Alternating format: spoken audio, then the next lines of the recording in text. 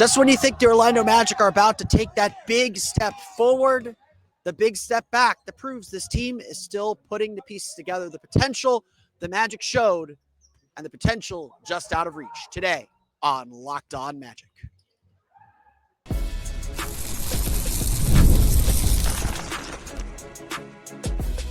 You are Locked On Magic, your daily Orlando Magic podcast, part of the Locked On Podcast Network, your team every day.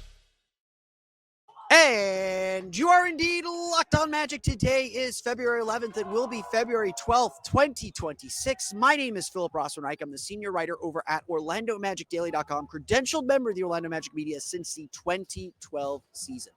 On today's episode of Locked On Magic, the Orlando Magic did a lot of really good things. They also did a lot of really bad things as the Magic enter the All-Star break. It's a lot of the same. A lot of the tantalizing potential and a lot of the frustration that they aren't reaching that potential. We'll talk about how the Bucks gave the Magic some sour grapes entering the break. Plus, we'll talk about the return on Bane investment as Desmond Bane has a true Desmond Bane game. We'll get to that coming up here in just a moment. First, we want to thank you again for making Locked On Magic part of your day every day, no matter when you listen to us, whether it's first thing in the morning, whether it's right we upload. We truly appreciate you making Locked On Magic part of your day every day. You can make Locked On Magic even bigger part of your day by being one of our Orlando Magic dailies, our everydayers who listen 5 days a week, who listen on the weekends. We do weekend episodes, not this weekend. It's All-Star break. I'm off this weekend.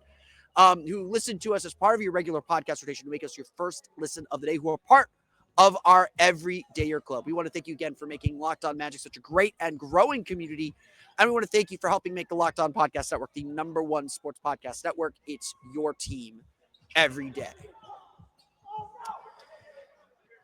This homestand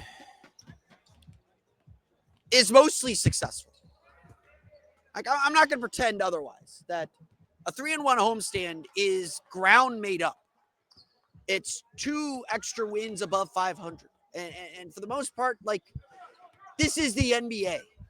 Weird stuff happens on a night-to-night basis. These are great players. And so Cam Thomas in his second game with the Milwaukee Bucks still has spent more time in Orlando with the Bucks than in Milwaukee. Drops 34 points off the bench on 12 for 20 shooting. A lot of them on tough jumpers over good defense. A lot of them, threes over good defense. That happens in the NBA. It doesn't make a loss to a 22-30 Bucks team any less disappointing. It doesn't make the sting of a defeat any better because the Magic had their chances to win.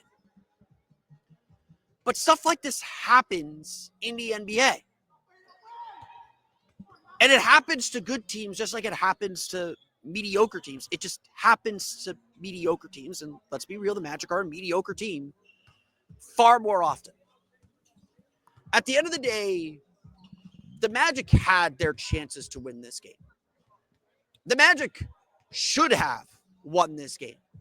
They played with the defensive energy and physicality that we've been looking for and hoping for from this team for the entire season. 160 points is few too many. 64 points in the second half, far too many. Some of that coming late, whatever. Far too many, but Milwaukee hit tough shots. And the Magic still did enough to win. They still put themselves in a position to win. They tied the game with about 2 minutes to play. They got a steal that set them up for the go-ahead basket. And then Paolo Banchero goes for a wind-up dunk, the right play, the right moment, what you expect your star to do, misses it off the back iron.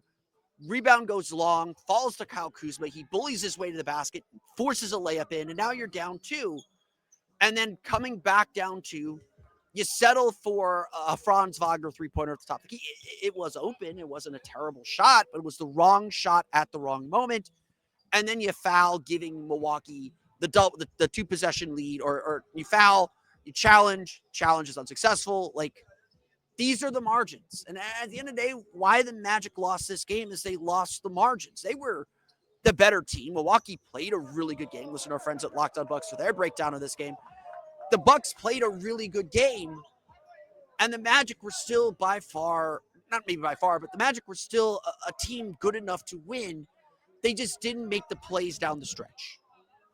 And so I watch this game and I say to myself, here is the potential for everything the Magic can do.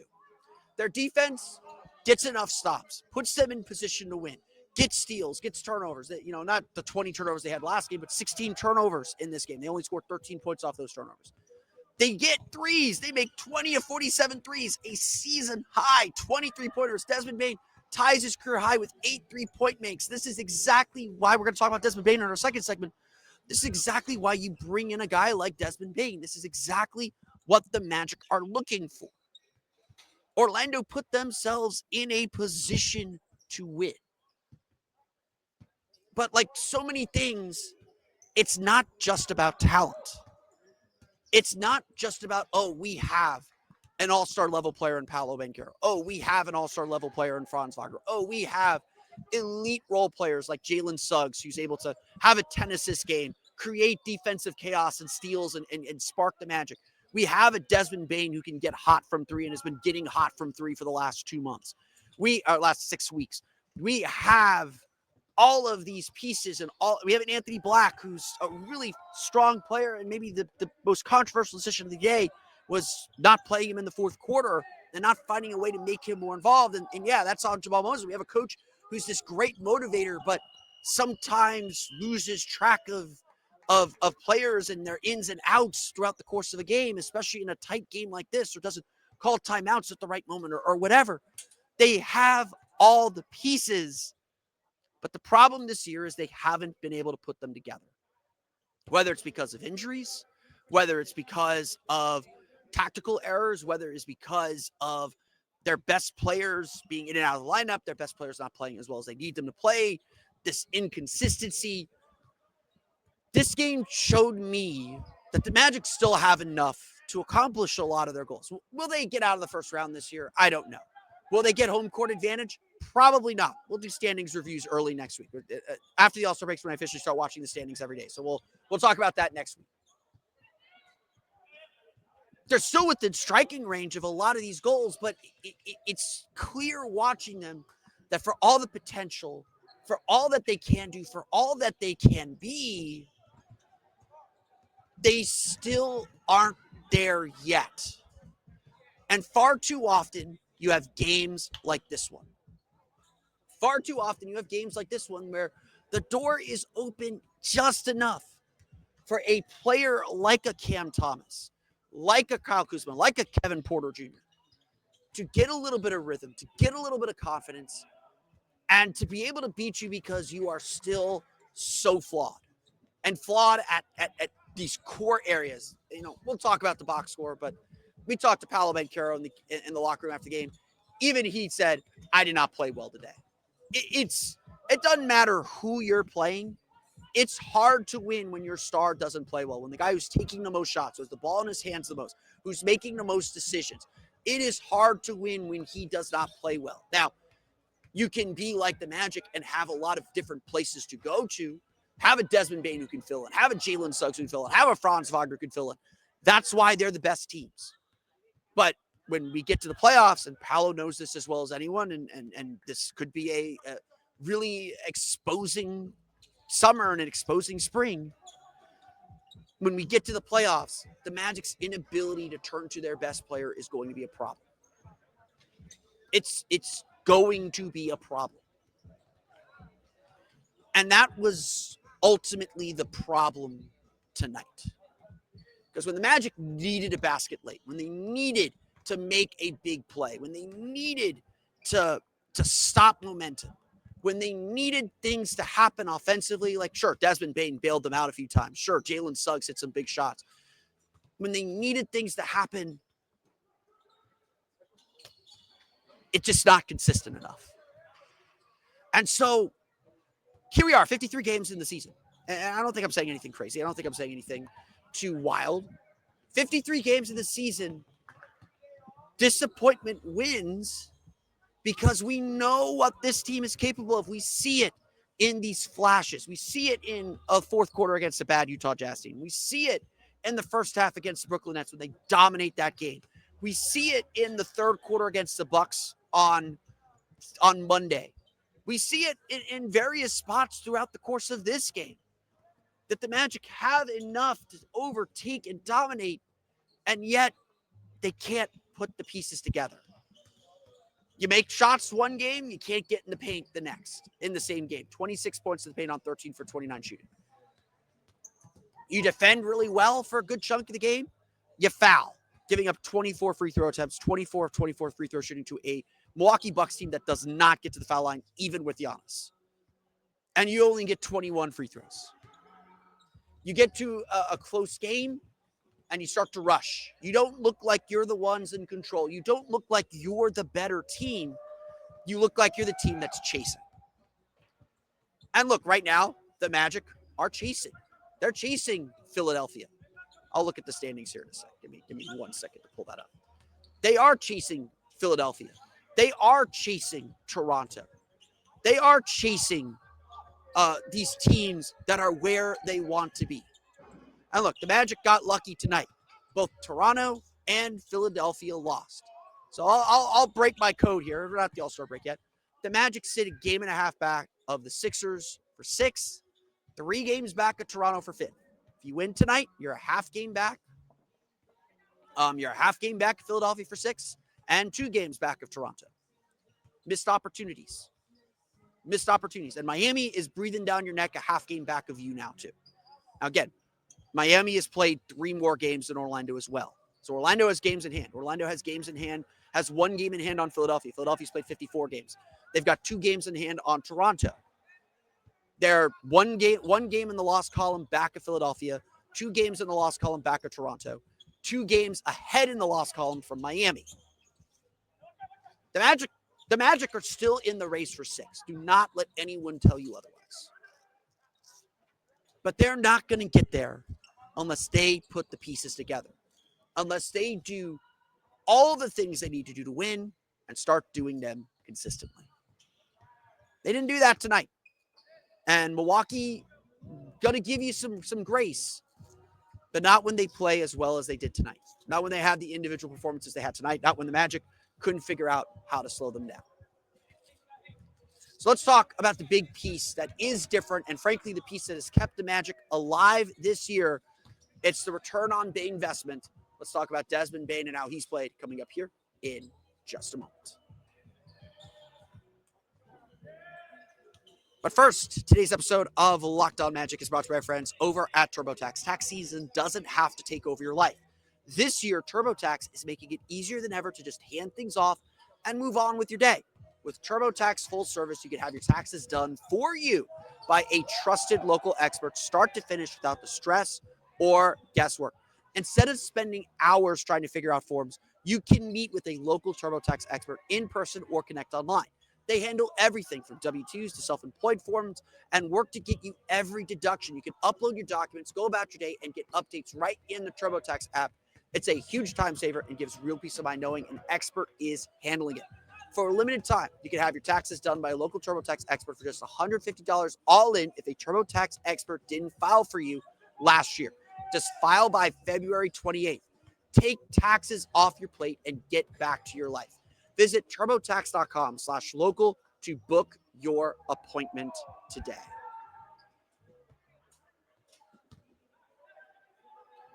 We want to thank you for making Locked On Magic part of your day every day. We want to thank you for helping make the Locked On Podcast Network the #1 sports podcast network. If you want to take your Locked On Magic fandom to the next level, check out our Everydayer Club. Now is the time to join. Get on the ground floor as we're growing this new community. With the Everydayer Club, you get access to an ad-free audio feed for Locked On Magic, compatible with Apple Podcasts, Spotify, and every other major podcast app. Plus, you get an invite to the members-only Locked On Everydayer Club Discord server, which includes a group chat just for listeners of this show. I hang out in there during games. I provide my 3 thoughts after every quarter the rest of the season. I'll be taking a little vacation, but if you have any Magic questions, I'm potentially planning a mailbag episode next Tuesday is my tentative plan to do a mailbag episode. If you want to jump in on that mailbag episode, I will guarantee that I will answer all of my Everydayer Club questions. I'll probably answer them directly in the app because that's kind of how my brain thinks. I don't like unread messages. But if you want to jump in with any question, that is where you go. Go to lockedonmagic.supercast.com or tap the link in the show notes to learn more. Let's make one thing clear. We're going to do a full autopsy of this season in May after the season is over. I have a cousin of mine. He's a big Magic fan. Likes to talk to me a lot. It's very, very frustrating now. And he's frustrated with me because I keep saying, like, we're fighting for the 6th seed. And he's like, that's so disappointing. I can't believe you've lowered your expectations. I'm like, that's not lowering my expectations. That's the reality. If we're not, we can't just live in disappointment for the entire season. This is a disappointing season. The Magic have not been the team that we thought they were going to be. And we're going to reckon fully with that after the season ends. I'll make that abundantly clear. I am not happy with where the Magic are at. You should not be happy with the Magic are at, but we're in the midst of an 82-game journey, and right now the fight is to make the most of what we have left. We're going to talk about this tomorrow when I do my State of the Magic address as we enter the All-Star break. The one thing, though, that I will say definitively is that there's been a lot that's gone wrong this season. From injuries to Paolo not playing the way that we expected him to play, to the bench not being as good as we thought it was going to be, to some young players not maybe stepping up, to maybe Wendell Carter looking as more expendable by the day. The one thing that has not gone wrong this season, like undeniably has not gone wrong, is Desmond Bane. Desmond Bane has delivered for this Orlando Magic team, and frankly, and then some. He has been everything the Magic could have hoped for and more. Entering this game, he is averaging 19.4 points per game, which is more than he averaged last year for the Memphis Grizzlies. He is now shooting 35.7% from three, which is a career low on 5.1 three-point attempts per game, which, again, lowest since his rookie year, but we'll get to those numbers here in a minute. He's shooting 46.8% on 15 field goal attempts per game, which, again, not the greatest, but he's getting to the basket. He's averaging 4.2 assists per game, which, again, not the 5.3 he averaged last year, but still pretty good. Desmond Bane has delivered for this team in a season where so many things have gone wrong. Desmond Bane's been healthy. He's played in all 53 games, knock on wood. That's been a problem for him. His career high is 76. That was his second year. He played 69 last year. So his health has been undeniable. And then on top of that, because the Magic have been searching for scoring, because they've been searching for someone to lead this team, they've turned to Desmond Bane. And the fact that he's been able to carry at least some of the load. Again, I don't want him being your number one option. I don't think it's good that he's been relied on to be the number one option so much. But he's been able to provide and lift this team. And this game is a perfect example of that. Finishing with 31 points, 11 for 17 shooting, 8 for 11 from three. That means he was 3 for 6 inside the paint, 2 rebounds, 5 assists. He did have 4 turnovers. He did have some silly fouls. He still gets a little too physical, and his defense could be a little spotty. But offensively, the Magic have gotten everything they could have hoped for from Desmond Bane.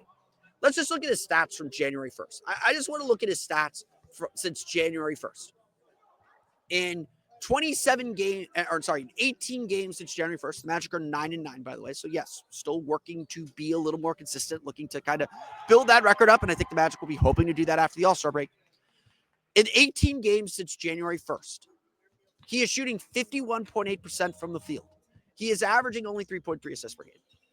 He's averaging 20 points per game.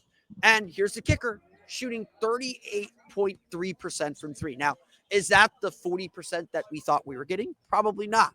He's only getting 5.2 attempts per game. It's still an effort to get him more of those attempts.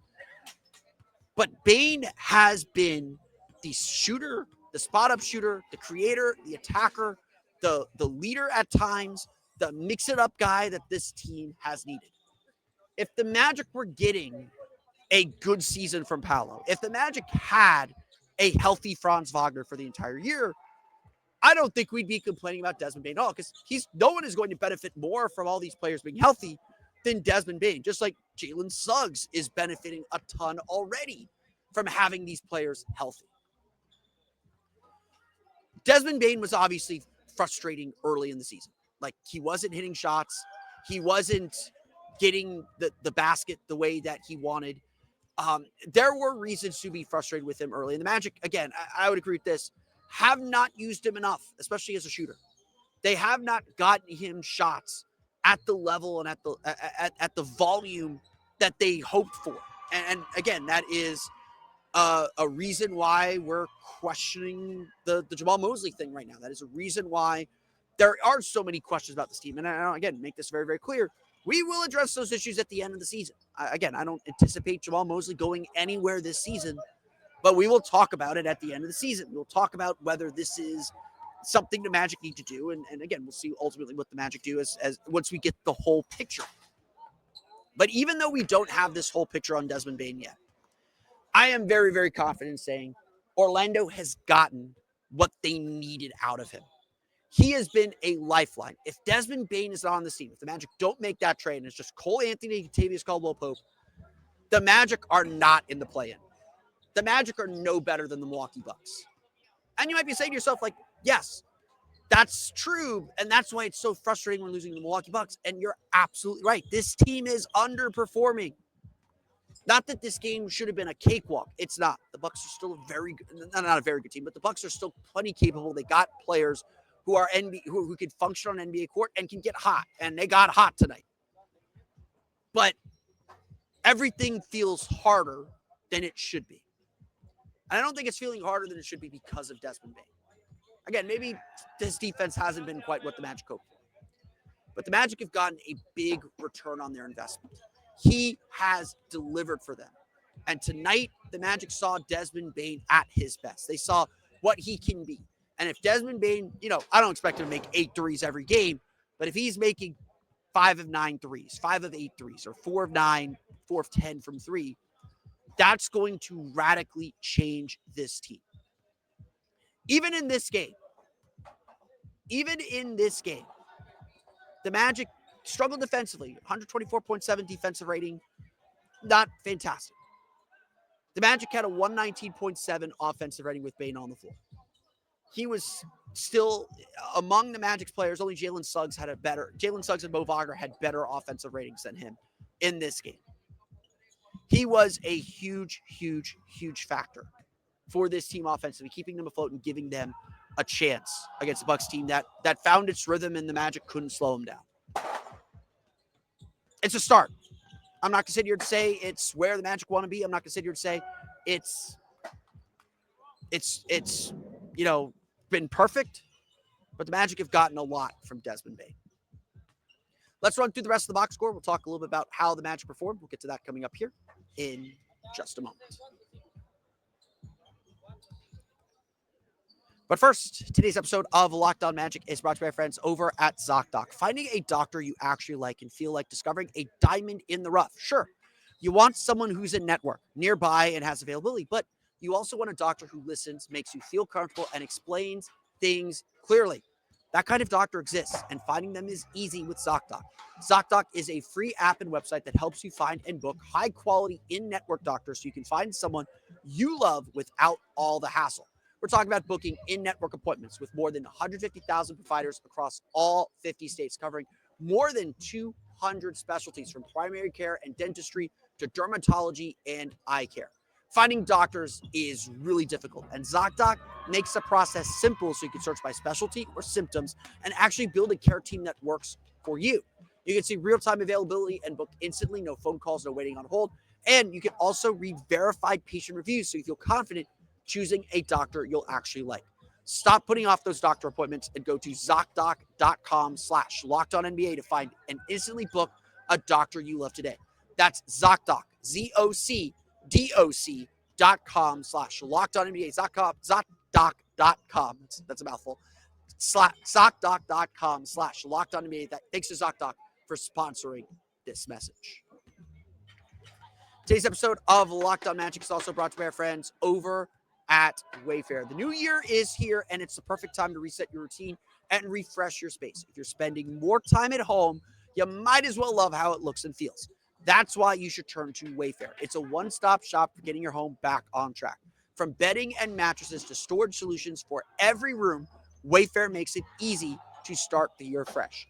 Wayfair has everything you need for a full home refresh, all in one place, whether you're updating your living room, organizing your space, or upgrading your work from home setup. Wayfair's huge selection makes it easy to find exactly what works for your style and budget. You can pick up pretty much anything from bedding to accent pillows. I'm looking for a new sofa. I'm preparing to do a little browsing on Wayfair to find the right sofa for me and my needs. You can find pieces that match your style too without spending a fortune. And shopping is easy, delivery is smooth, and everything arrives exactly as expected. It honestly made getting back into routine this new year, feel a lot more manageable. Get organized, refreshed, and back on track this new year for way less.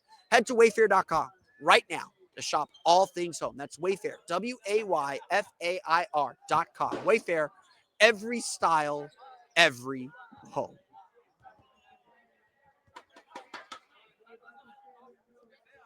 As we do after every game, we're going to go through the final box score as the final buzzer sounds behind me in the rec league game going on at the Kia Center. Let's go through the final box scores. The Orlando Magic fall to the Milwaukee Bucks 116-108. Again, the shooting numbers really do say a lot. Orlando shot 42.7%. That's 35 for 82. They were 20 for 47 from three. By far a season high in both makes. 2018 was the previous high, and in attempts. You can't lose games when you shoot this, when you make this many threes. You shoot 42.6% from three. That's got to be a win. And that is the disappointing thing. But again, you look at the other side of that, that means that Magic went 15 for 35 on 2-point field goals. They scored only 26 points in the paint, 13 for 29 in the paint. Milwaukee scores 38. So, they're 19 for 32. Orlando does a good job defending the paint. Gave up a few too many offensive rebounds. Milwaukee had 8 offensive rebounds for 9 second chance points, but they all felt really timely. The Bucks were a lot better. They went bigger, counteracted the Magic switching defense a lot more, made it a lot more difficult for the Magic to get matchups they liked, and they just didn't crash the boards as effectively as they did in Monday's game. So good adjustment by Milwaukee. Orlando, I think, is just trying so hard to get back to their basics on defense. They stuck to the switching maybe a little bit too long, especially because of the offensive rebound and because of Jericho Sims being able to finish around the rim. But it was something that worked for them, and I think they're just trying to get principles down. Again, you should be trying to get principles down in 53 games in. Like that is ultimately the problem, is the Magic are trying really hard to get back to basics right now, and it's just not completely clicking. We talked about Desmond Bane, 31 points, 11 for 17 shooting, 8 for 11 from 3, 5 assists, few too many turnovers, 4 turnovers, but I honestly have no notes from him. He was trying to do everything. He got to the basket a bunch. Like he played a really fantastic game. But honestly, like, what worked for me was that even though the Magic took 47 threes, which is way too many, and the Magic settled for threes, and look, Franz Wagner had a three-pointer with the Magic down by 2 late in the game, was not a good shot. I did not like that shot, especially from him. We'll get to him in a minute. Was just not a good shot, and that was kind of the definition of the game. The Magic were just settling for threes throughout the course of the entire game, and again, like, some of them are open. Like, there were a lot of open shots that the Magic missed. They got a lot of open shots based off dribble penetration, getting to the paint. They just didn't convert those into shots at the rim and makes there, and they didn't convert those into free throws either, because Orlando shot only 21 free throws. Milwaukee was physical. They were good at packing the paint, making the Magic shoot from 3, and again, Orlando almost beat them because of it. So to me, that is optimism, because the Magic can now shown and maybe have the confidence that, hey, we can make threes. We can be an outside-in team. But really, all those threes came because they were working inside out, because it started with getting to the paint. It didn't translate to points in the paint in this game, but that's going to have to moving forward. Very few other players besides Desmond Bane, though, played particularly well. Anthony Black, 5 for 10 shooting, 13 points, 3 for 5 from 3. He had some big plays and some big moments, was decent defensively. It's fair to criticize Jamal Mosley for not playing him in the fourth quarter. And some of that just might be lost in the shuffle a little bit. He played a lot in the third quarter. Tristan Silva was in early. They're bringing Franz Wagner back. You're not playing that Paolo at the 5 lineup because Milwaukee's so big and because you're struggling to get in the paint to begin with. But yeah, Anthony Black should have been playing. He was one of the 5 best players on the floor for the Magic tonight. And you need to be playing, whether you're going to sit Franz, because Franz isn't quite fully up to speed yet. I don't know if you're ready to do that. Like, again, like, I'm not going to fault necessarily. I'd rather lose on a Franz Wagner shot or a Paolo Banchero shot. And essentially that's what happened in this game. I'd rather lose on that than not have them in there. They are that talented for a reason. They are that good for a reason. And you want to live and die off their play. And so we'll talk about them in a minute. But Anthony Black certainly earned more playing time and earned a little bit of look. And fans are right to be a little frustrated that Jamal Mosley kind of forgot him in the shuffle, which not the first time that's happened with Jamal Mosley. And so it is fair to criticize him for that. Let's get to Paolo then. The only other player who scored in double figures, or the only other player I thought played well was Mo Wagner. 12 points, 4 for 5 shooting, 4 for 4 from the line, 5 rebounds, 4 assists. Really solid game from Mo Wagner. Again, he continues to just look healthy. Again, just solid game overall. Not like super impactful like the last two, but just solid. And again, just the consistency is what you're looking for. Let's talk about Paolo. Paolo Banchero, 17 points, 5 for 16 shooting, 2 for 6 from 3, 5 for 8 from the foul line, 4 rebounds, no turnovers. I'll give him that. Just doesn't look aggressive. Again, just I think he's passing up shots a little bit. And some of it is well-intentioned. He's trying to move the ball. And Orlando, I thought, did a better job getting the ball in the post. That led to Milwaukee collapsing the defense around him. Probably had a lot of secondary assists. He didn't have a lot of primary assists, but had a lot of secondary assists. Like, the attention he gets still matters. But Orlando needs him to score. And especially late in games, especially when he gets post-ups, especially when he gets near the basket, just missing some shots. And again, like, one of the big plays in the game was him missing a dunk. And I love the aggression of him going for that dunk. I don't hate that dunk. I don't hate that decision. But this is a results business. You're judged on results. And he missed a critical shot that should have given the Magic the lead, should have tied, or should have given the Magic the lead in that instance. And again, just missed opportunities. Just missed opportunities. And it just feels like we've had this repeated discussion with Paolo. Again, it doesn't feel like something's right with him. It feels like there was a problem in his offseason, and he's kind of paying for it right now. And it feels like it's just, we got to deal with what Paolo is. And this version of Paolo means the Magic are the 7 seed or the 6 seed. If they get to the 6 seed, I'll be very impressed, honestly. But it just may mean that this version of Paolo, the Magic are 7 seed, and this version of Paolo, the Magic are be going home early from the playoffs again. And Paolo is as loud and kind of boisterous about this as possible as anyone, that we don't want this season to end like last season. They don't want to be out in the first round again. But at the end of the day, that is on him. And that's on him as a leader. That's on him as the best player on the team. That's on him as the leading scorer, on him as one of their primary attackers and primary creators. He's got to play better. And I think he knows that. Like, I don't think he's under any like, I don't think he's under any belief that he is playing well. But just not playing well enough. I'm getting the wrap sign from the Kia Center crew, so I want to thank the Kia Center crew for letting me record here. Franz Wagner finished 1 for 7, 1 for 5 from 3, 2 for 2 from the foul line, 5 points, 2 steals. Like, Franz looked active defensively. His defensive presence and defensive energy is really important. But remember, second game back, he's played now 4 games in the last 29 games. It's going to take some time. And so this game looked like the adrenaline and the fun of coming back wore off. A little more tired, a little more, fatigued, still getting his legs under him. I'm not losing sleep over him. I'm not losing sleep over his performance, but look, it cost you the game. He missed a critical 3, missed some critical shots down the stretch. It just is what it is. Wendell Carter had a really rough game too. Second straight really rough game against a bigger team, but 11 rebounds for him. I'll give him credit for that. 6 points, 1 for 7 shooting, 0 for 3 from 3. Magic need more offensively from him. They need him to be a bigger presence. He has to hit those mid-range jumpers. It just loosens everything up. Defensively, he was switching a lot. That left the Magic a little exposed underneath. Struggled to get some rebounds early, but I thought he did better as the game went on. And again, like, your stars have to play well. Your starters have to play well. And the Magics just aren't playing well enough. Milwaukee shoots 48.1% from 4, 38.9% from 3, 14 for 36. They're 24 from the foul line. They get 34 points off the bench from Cam Thomas, 17 from Jericho Sims, 18, 10, and 11 from Kevin Porter Jr. He was just 5 for 14, though. 15 points from Kyle Kuzma. He was also 5 for 15. And 17 from Usman Jang, who made 5 of 8 3-pointers. Look, the Magic should have won this game still. I'm not excusing that. I'm not saying they didn't deserve to win. I'm not saying they didn't play well enough to win.